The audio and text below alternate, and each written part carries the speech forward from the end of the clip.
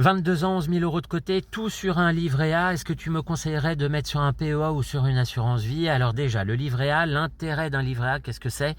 C'est d'avoir une épargne disponible quand on a des problèmes. Donc dans tous les cas, il faut avoir de l'argent sur son livret A. Et généralement, ce qu'on dit, c'est avoir entre 3 mois et 6 mois de ressources sur ce livret A. Ça veut dire que tu vois toutes tes charges, tes problématiques, tes besoins en fait, et tu mets 6 mois de côté là-dessus. Donc 6 mois, on va dire que tes besoins, ça peut être 1 500 euros, 6 fois 1 500, on arrive à peu près à 9 000 euros. Donc t'es à peu près bien.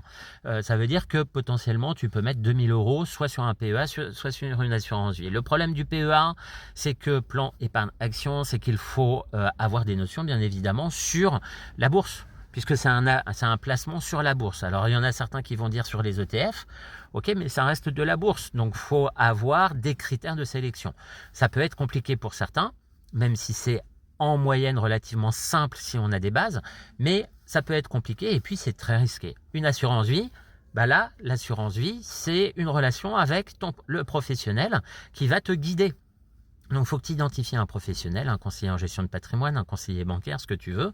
Et là, tu peux placer ton assurance vie, sachant que c'est aussi une épargne disponible, mais on va dire un tout petit peu moins liquide, mais qui est disponible relativement rapidement. Après, il faudra définir ton profil. Est-ce que tu as un profil risqué ou non?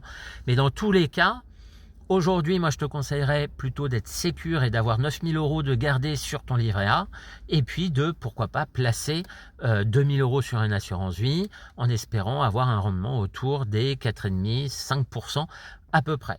Maintenant, il y a d'autres placements plus rentables.